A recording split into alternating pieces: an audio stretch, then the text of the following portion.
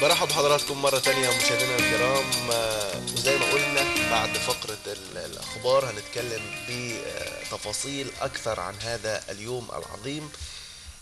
يوم لن ينساه أي مصري أو أي عربي في تاريخ مصر. زي ما احنا قلنا حرب أكتوبر 6 أكتوبر 73، النهاردة في احتفالات العاشر من رمضان. اليوم ده كان مواكب العاشر من رمضان، لكن هيكون الجزء الأول من حلقتنا وهو خاص ان احنا هنتكلم عن العاشر من رمضان أو ذكرى انتصارات أكتوبر. أنا عايز أقولها عشان بس الناس تبقى رابطة بالمعنى، لكن بشكل أدبي، وبنتكلم عن الوطن. ممكن نكون كان في هذا التوقيت تحديات من وحرب عظيمة التاريخ كله والعالم كله شاهد بيها، لكن ممكن نكون احنا دلوقتي كمان بنمر بحرب مختلفة، لكن في النهاية هي حرب، سواء كانت حرب ضد الإرهابيين، سواء كانت حرب للتنمية، سواء أيا كانت. لكن في النهاية العاشر من رمضان وشهر رمضان زي ما قلت هو شهر عظيم بشكل عام، وبالنسبة لينا كمصريين وشهر أكثر عظمة، ودايما رؤوسنا مرفوعة في هذا اليوم تحديدا 10 رمضان لمواكبة هذا الانتصار العظيم. خلوني في البداية أرحب بضيفي الكريمين، اثنين من الفنانين والشعراء المتميزين، وكمان منتمين لمحافظة ومدينة رائعة، مدينة بورسعيد الباسلة ومحافظة بورسعيد الجميلة اللي أنا بحبها بشكل شخصي ولها في قلبي كثير.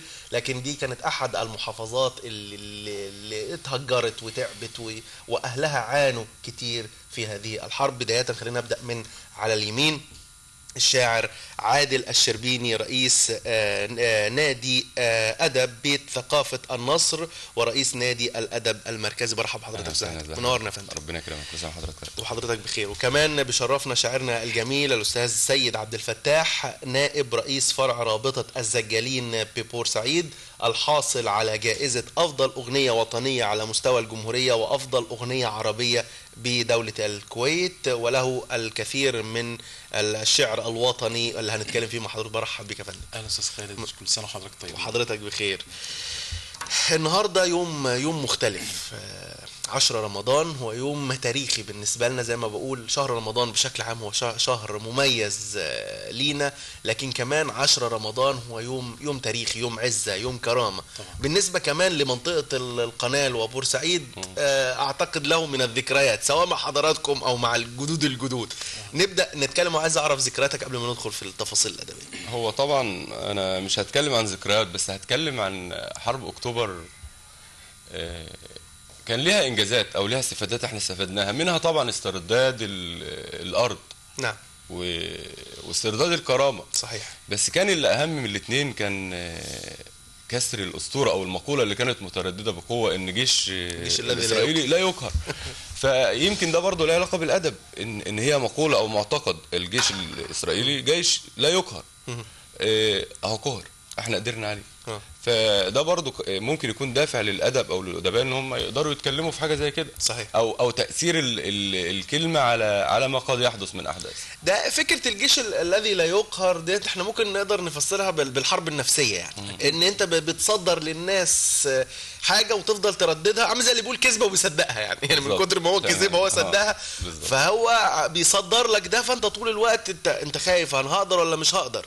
لا، احنا نقدر نقول احنا ليس لانتمائنا فقط مع الجيش المصري العظيم، لكن نقدر نقول ان احنا جيشنا اللي اتهزم بقى ايا كانت الطريقه شكلها ازاي، او النكسه 67 هو نفس الجيش بنفس الجيل، احنا ما عملناش احلال وتجديد، هو اللي فضل عامل حرب استنزاف طويله حتى الوصول الى نقطه النصر. طبعا. اتفضل يا استاذ سيد، احنا عايزين نتكلم عن الذكريات دي. طبعا ذكرى العاشر من رمضان السادس من اكتوبر احنا يعني شربناهم واحنا في ابتدائي واعدادي وثانوي، فالذكرى دي اتحفرت جوانا، موجوده في قلوبنا. لما ابتدينا نكتب، يعني انا لما ابتديت اكتب شعر ابتدت الحرب والذكرى بتاعت 10 رمضان وحرب اكتوبر وانتصار اكتوبر ده بيتخلل معايا، بيطلع قصيده، بيطلع يعني انا لما احب ارد بقصيده، اخد بالك؟ طب ما يلا نرد بقصيده. قصيده لسيناء. بنحب فيك الاصل والنعمه يا سينا، أرضك رسل أنبياء مختومة بنبينا، لو حد يوم بصلك الحمى تمسكنا، جيشنا العزيز يحرسك أحمد أخو مينا. خدك العدو مننا 6 من السنوات، خدك العدو مننا 6 من السنوات، زرعنا فيهم أمل مروي بنجاح وثبات، كان كل يوم يتولد عزم ب7 أرواح، واما البروجي ضرب قلت الهجوم يا سادات. كان العدو المغرور زرع القناة بنبلم، وبنيه لسد وسور ساتر عبيط من الرمل، 2 3 4 برليف في ثانية ساح، وطبعنا في المطبعة قصة عرق وكفاح. يا سينا من حظنا انك في اراضينا، يا سينا من حظنا انك في اراضينا، الزرعه تطلع وحدها زيتون تراضينا، تلتين مساحه مصر مش ناقصه غير همه، جالك حماة الوطن هم اهالينا. بقت القناه 2 يا مركبه هلي، بقت القناة 2 يا مركبة هلي، رسم المرور الأدب والعفة يا خلي، بتدلعي بحرين أحمر على أبيض، وجنودنا على الشطين تحميكي وتصلي، يا مركبة هلي يا مركبة هلي. الله عليك، الله عليك.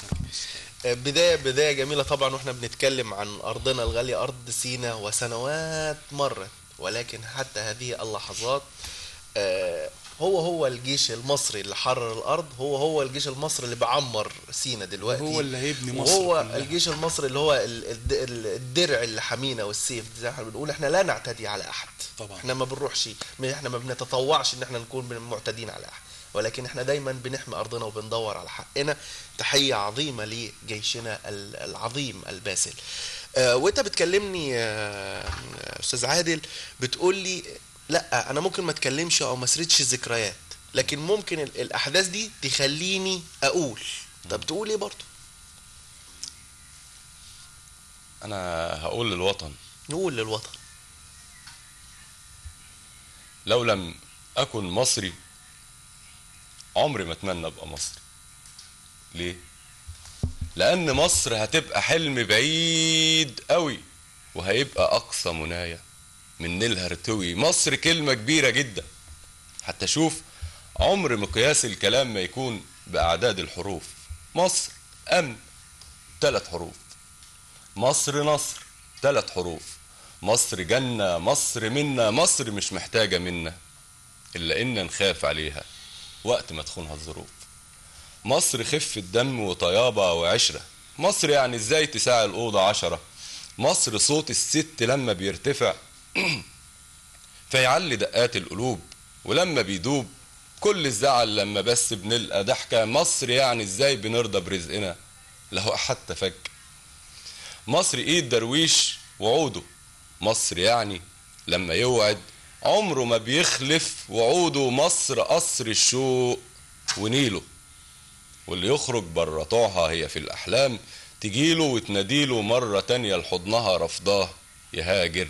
مصر هاجر واسماعيل، مصر يوسف، مصر موسى، مصر في التوراة دليل، مصر في الإنجيل سيرتها، مصر في الترتيل أمل، مصر في القرآن سلام. باختصار كل الكلام لو كان في كفة وفي كفة تانية 3 حروفها، الميزان هيحن ويكون من صفوفها، ده لأنه ساعة ما اتولد كان بين كفوفها. فالأكيد إن كفة مصر أتقل من كل الحروف. الله عليك، الله عليك أستاذ عادل.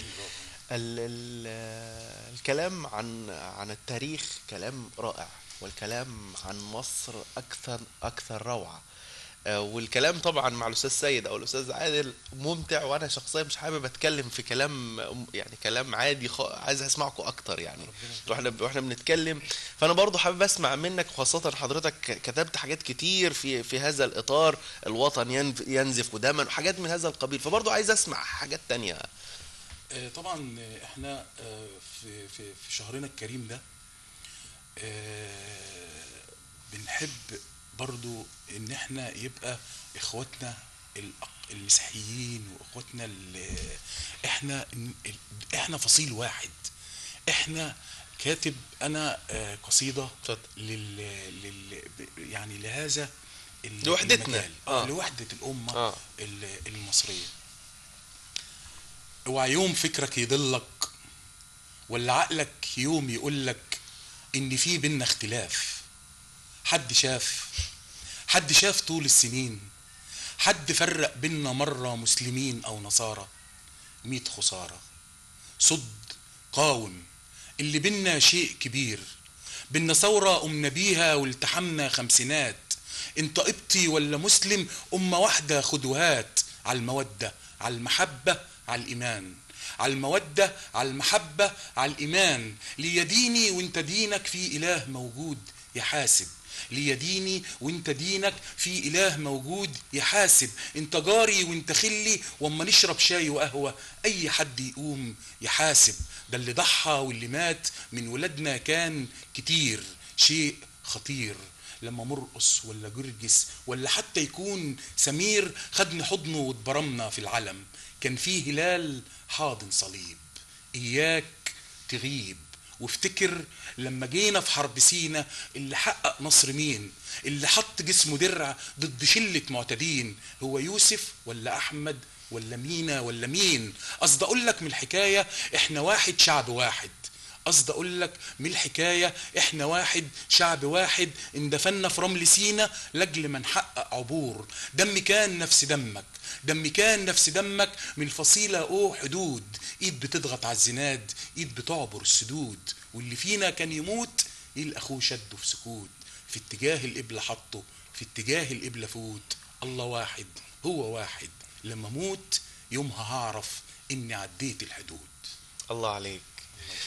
واللي حضرتك بتقوله ده واقع طبعا. ما هوش يعني عفوا في اللفظ، ما هوش شعر لمجرد الكلام ولا بكل بساطة ولا للمشاعر لا ده واقع بكل بساطة وواقع. وده حصل في اللي حصل في الحروب وحصل في كل حتى في اخيرا حتى في الثورات الاخيره كان اللي ممكن يحمي ناس بتصلي اخواتنا المسيحيين. احنا مش محتاجين، احنا بنأكد على معنى ده، لكن ليه دايما عندنا اللعب على هذه الاوتار؟ رغم ليه عندنا البعض يعني، او حتى ان كان بدافع خارجي لو قدرنا نوصفها، ممكن نلعب على وتر زي ده. المفروض ان هو وتر اساسا منتهي ان احنا نتكلم فيه، سواء احنا جيران سواء احنا ده يعني الناس اللي اخواننا المسيحيين ممكن يقول لك ده احنا ممكن ايه مش عايزين ناكل في فتره في شهر رمضان علشان مراعاه لجيراننا، مش عايزين في واحد يقول لك انا كنت بصوم معاهم، يعني اللي هي فكره انا مش بيرضى يشرب السيجاره مع قدامنا علشان هو بيراعي حته ليه احنا عندنا ده ومش رغم ان كل احداثنا وتاريخنا بتقول ان احنا ايد واحده. هو طبعا ده انحراف فكري، انحراف فكري وشذوذ فكري، لان مفيش حاجه بتدعو لكده، ولا دين ولا اعراض صحيح ولا تقاليد. حتى الدين بيأمرنا ان احنا بنعامل الاخر بمعامله طيبه، فده ليس الا انحراف وشذوذ فكري. طيب لو احنا برضو استاذ عادل واحنا بنتكلم عن مصر والاستاذ سيد بيتكلم عن سينا وبيتكلم عن وحده وطنيه وبيتكلم عن تاريخ، وانت برضو كلمتني على مصر العظيمه، نقدر برضو نقول في اليوم ده 10 رمضان عن فكرة مواطن مصري وجندي مصري، ولو قدرنا نقولها اللي هي القوات المسلحة أو حتى المصريين اللي كانوا طبعا بورسعيد سميت باسلة من اللي شعبها عملوا كمواطنين كلهم أصبحوا جنود ستات ورجالة. نقدر نقول إيه في اليوم ده؟ بص أنا حابب أتكلم الأول عن يعني علاقة الأدب بالحرب. يعني الأدب بيكون له تأثير على الحروب أو الثورات أو خلافه، كذلك برضو الحروب والثورات بتؤثر في الشعر، بتلهم مشاعرهم. والشعر على فكرة الأدب مش شعر فقط ولا قصة، لا ممكن يكون أغاني وطنية، ممكن يكون أغاني شعبية. فاللي عايز أقوله إن ممكن حرب أكتوبر أو ثورة 25 أو أي ثورات ممكن تؤثر في الشعر، تخليه يجسد الوطن في صورة محبوبته مثلا. نعم. زي القصيدة اللي أنا أقولها لكم. اتفضل. البنت القمرة المكسوفة ملهوفة على جبينها الطرحة، والهوى بيعاند ويحوشها، الكحل بيتنطط فرحة علشان هيبات جوه رموشها، والنن بيرقص رايح جاي، قال ايه يعني بيلعب بالضي والضي بيحلم اصلا بالشهرة جوه عيونها، وعيونها مفيش في جمالهم زي. بصراحة ويعني من الاخر حتة مهرة اجمل من اي كلام يتقال. ضحكتها هلال، ضحكتها هلال رافع كفين وبيدعي الرب. صوتها الموال اجمل من اي قصيدة حب. والشعر الناسل نفسه سارح كالعادة، سلم طروادة في غمضة عين. والخد الطارح غمازة بتغير من وصفه الإليازة. البنت بجد لذيذة لذاذة، والأجدع لوحة العم دافنشي. البنت دي أصلا لما بتمشي بتهز الكون، ومفيش مجنون إلا جنونه أساسا منها. البنت دي تهمة ياسمينها، غش وتقليد الأنفاس.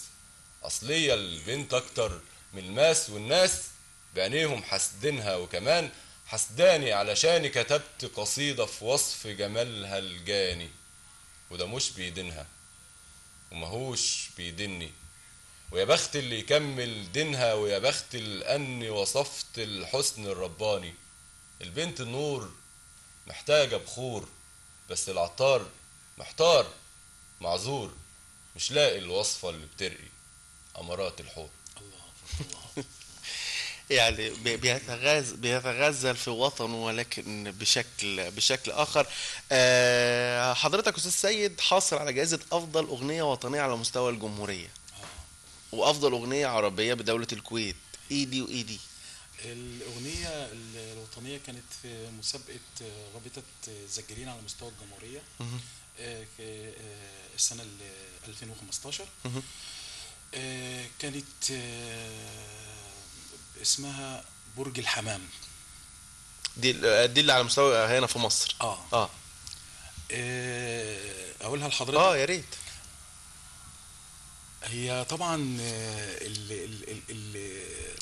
الغنوة نموذج، وهم صنفوها وطنية. يعني هسمعها لحضرتك.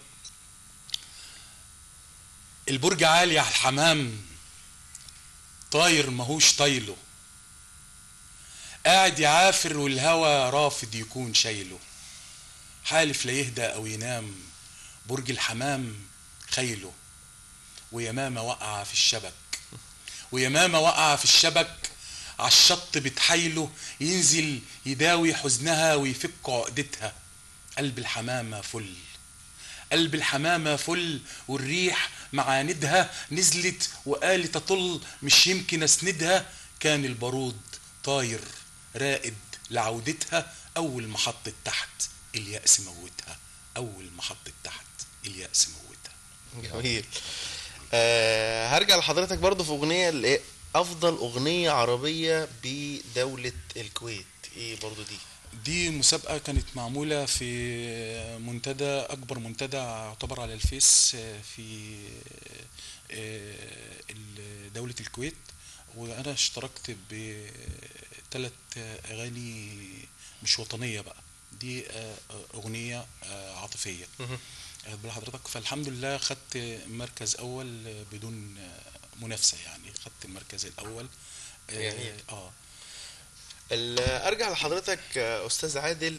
يعني احنا برضو بنتكلم في مقدمة الحلقة وبنقول سينا كانت هي الارض، كانت هي الكرامة زي ما حضرتك حتى اشرت في بداية. وحاليا احنا برضو بنتكلم عن تعمير سينا، هي دي حربنا حتى لو مع نفسنا احنا، سواء من ناحية تطهيرنا او تطهيرنا لسينا من بعض لو سميناهم بقى ارهابيين او مرتزقه او ايا كان الوصف اللي او اهل الشر، اللي هو الوصف اللي يليق بيهم، اللي هم انا ما اعرفش استحلوا دماء اخواتهم المصريين على اي اساس.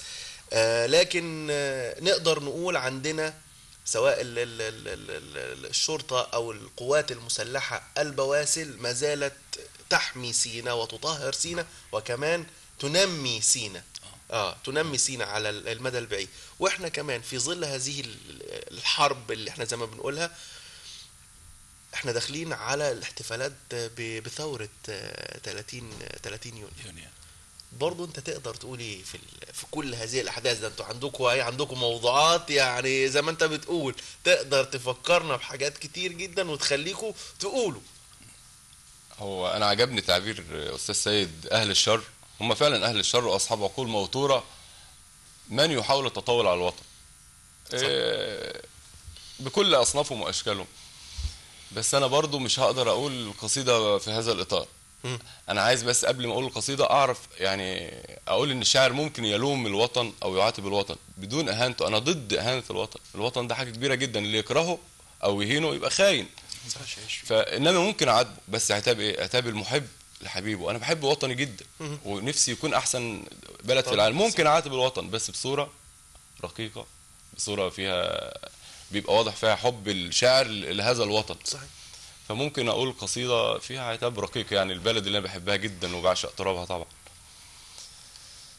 بلاش انتي، بلاش خليها من غيرك، ما انا اصلا كده ميت، كده ميت، فليه تستعجلي بموتي وانا ما فاضلش مني غير يا دوب 3 انفاس محوشهم عشان انطق حروف اسمك وقابل لو امرتيني اقسمك اسم التلتين مقابل تلت، فرتلت النشيد ترتيل وصليت لك في قلب الليل صلاة حاجة، بكل سذاجة حبيتك وخبيتك في بيتك جوه في ضلوعي وعنونتك لموضوع اللي مش تعبير، وعمري ما كنت موضوعي وقابل فكرة التغيير، رضيت بالهم وبجوعي وكوني فقير وشايل حزمة القوانين على كتافي وحافي، بس كان تبريري جلد تخين وإن الطين علاج شقي وصورة التين لبانة في بقي ليل ونهار، حلبت الطور عشان خاطرك وطور سينا عشان أحميها كنت جدار،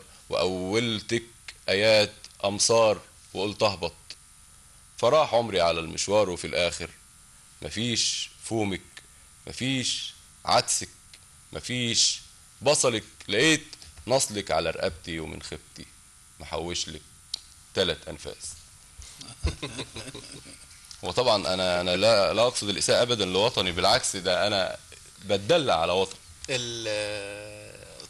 طول الوقت حتى احنا بنتكلم وحضرتك بتتكلم في بدايه شرحك ان انت عايز تعاتب ليه.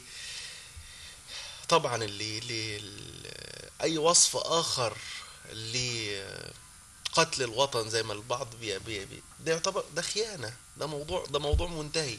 لكن فكرة العتاب او ده اعتقد ان ده حد معتدل متصالح مع نفسه بلده تبقى احسن بلد في طبعا الدنيا. طبعا. ومش معنى ان في حد مخطئ او حد مقصر او حد مهمل او يبقى معنى كده ان البلد كلها كده، ولا لا معنى لا ان لا انا لا بقول له لا. انا عايز احاسبك يبقى انا ضده. لا، احنا لا لا هدفنا لا لا. كلنا بما فيهم ان ممكن يكون المخطئ اخطأ عن غير عمد، ممكن يكون اخطأ طبعا. عن جهل او هي قدراته وامكانياته دي. طبعا. فده اللي احنا حابين نأكد عليه. ليس معنى ان انا اعاتب او الوم، انا بس توضيحا لكلامك، ان انا ضد او ناقم على اللي بيحصل، لكن ممكن يكون تصحيح لاوضاع علشان كلنا نطلع. كل ما هنبقى كلنا كويسين اكيد بلدنا هتبقى هي كويسه، وبينا مش هتبقى كويسه غير بينا احنا. لو غيرنا احنا سلبياتنا، كنت قاعد بتكلم مع حد قريب بشكل عام، فبقول مش بقول كده يعني كلام انا اللي مخترعه، ده اعتقد كل الناس بتتكلم كده، او اعتقد الناس المعتدله. احنا ليه كلنا بنشوف عيوب غيرنا؟ يعني ليه انا مركز ان ده عمل كذا وده عمل كذا وده؟ طب ما انا اركز مع نفسي واصلح من نفسي، اركز مع اسرتي، اركز مع بيتي، اركز مع المنطقه اللي انا فيها. يعني اركز مع نفسي انا الاول واصلح في نفسي علشان اعرف اصلح غيري. لما اشوف واحد قدامي بيعمل الشيء الخطأ، لو ضربنا على سبيل المثال برمي زبالة في الشارع، فانا يا اما اصلح هذا الخطأ يا اما على الاقل انا ما اعملوش علشان اكون قدوة لغيري. فابدأ بنفسي، بدل ما احنا كلنا مركزين في عيوب غيرنا، ده بيعمل وده بيسوي، وانا في نفس الوقت قد اكون بعمل ده ومش شايفه في نفسي وشايفه في غيري. صح. فهي دي الفكرة. احنا بلدنا مش هتتغير غير لما احنا اللي نقعد نغير في نفسنا. كل واحد فينا يشتغل. الجيش اللي حارب، وزي ما اساتذتنا الافاضل اشاروا، ورمل سينا ده مروي بدمائهم، عملوا كده علشان اسم مصر، او علشان كرامة مصر، او علشان عزة مصر، وعشان احنا كأجيال جديدة ما نحافظ احنا على بلدنا. اللي في مكانه موظف يشتغل شغله بما يرضي الله، اللي بيقول كلمة في الإعلام يقولها بما يرضي الله، اللي بيشتغل، كل واحد يبقى في مكانه هو قدامه ربنا سبحانه وتعالى، وهذه البلد أو هذا البلد.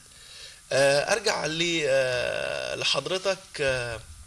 واحنا برضو زي ما بقول لحضرتك داخلين على الاحتفالات بالثورة، اثارت فيك ايه او خليتك تكتب ايه، ولا لا ما طبعا. كتبتش في هذا الاطار؟ لا طبعا طبعا طبعا، احنا اكثر كتاباتي كلها للوطن، مهم. ومن ضمنهم انا كاتب قصيدة لشهداء مصر عامة، تمام. مفيش اي فصيل يعني.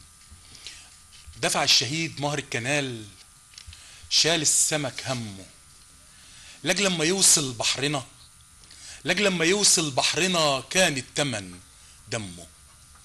اياك تخاف من الموت، اياك تخاف من الموت، ياللي انت من طيني، واغزل جناحك صوت يحيي شراييني. ارسمني فوق العلم، ارسمني فوق العلم، شمعة في بستانك، وانفي دموع الألم مع كل أحزانك، وابني في خيالك هرم لو جيت على بالك.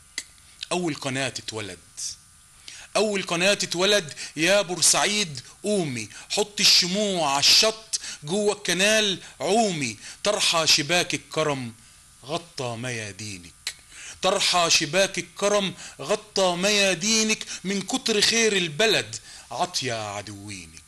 يا بورسعيد افرحي، يا بورسعيد افرحي، جوه المعدية والمركبة رايحة راجعة معدية، وانا على الكنال واقف بحراسة ابدية، مستني اي كابوس او ريح معادية، اكتب بدمي نشيد، ودي حاجة عادية، ان الوطن في الدم والرك على النية. يا بورسعيد زقطتي جوه المعدية. الله الله. والله الحوار معاكم ممتع ربنا يخليك يا ومحتاج أستاذ وقت خالد. اطول ربنا كتير يخليك. جدا، وانا مستمتع جدا بفنكم. احنا مستمتعين بوجودك. لا والله بجد يعني انتوا المكان ده مكانكم، وانتوا مشرفيننا ومنورينا، وزي ما قلت النهارده يوم مختلف، ومن حسن حظ ان حضراتكم الله يكرمك، موجودين شكرا. معانا، فزاد اليوم تميزا يعني احنا اتشرفنا بوجود حضراتكم. لكن خلينا نسمح للاستاذ عادل كمان لو هو حابب يختم بقى باي حاجه بشكل عام على مصر، على بورسعيد، على اللي انت حابه تقوله، ويا ريت تكون حاجه بقى وطنيه من القلب علشان نقفل بيها الفقره دي. خلاص نقول حاجه عن بورسعيد. واحده في الجول بقى عن بورسعيد. هو كلهم بس نختم بدي. انا ابن البلد دي عروسة القنال، انا ابن الحبال وابن بطن الرباط، انا اللي في رباط لما يوم القيامة وحربك في ظهري بترسم علامة بلون النضال، انا المنتجوه الحرير بالياقات، انا اللي اتحذف من حروف الياقات، انا السمسمية بطازة وعال، انا البنبوطية بخواجة وعقال، انا ابن الحلال اللي شال العلم صحيح ابن بالة، ولكن اهم انا ابن اللي دفعت ضريبة ودم عشان تفدي ام البلاد والعيال ويشهد جمال. الله عليك. ليس تميزا لمنطقة القناة سواء السويس أو إسماعيلية أو بورسعيد، لكن المحافظات دي تحديدا عانت كتير وتهجرت من بيوتها ومن أرضها، لكن في النهاية كان لهذه البلد، لو قرينا التاريخ بتمعن هنعرف، لو ضربنا على سبيل المثال هنشوف إسماعيلية عملت إيه، أو السويس عملت إيه، أو بورسعيد عملت إيه. نشوف ستات البلاد دي اللي مع احترامي ارجل من ارجل حد من اللي هم دلوقتي بيحاربوا البلد دي. مش عايز اقعد اتكلم فيه كتير، لكن النهارده انا يوم مختلف جدا. انا شخصيا قد اكون ما عشتش، ما كنتش لسه اتولدت في حرب 73 او في العاشر من رمضان، لكن لما كنا بندرسها او بنقرا عنها، او حاليا حتى واحنا بنحضر الحلقه، الواحد بيدخل في مود اكثر من رائع وفي حاله مزاجيه ممتازه جدا، وبحس ان انا راسي في السماء وانا بتكلم عن بلدي وبتكلم عن جيشي. شاعرنا المميز الاستاذ عادل الشربيني، شرفتنا ونورتنا وسعدت جدا بيك.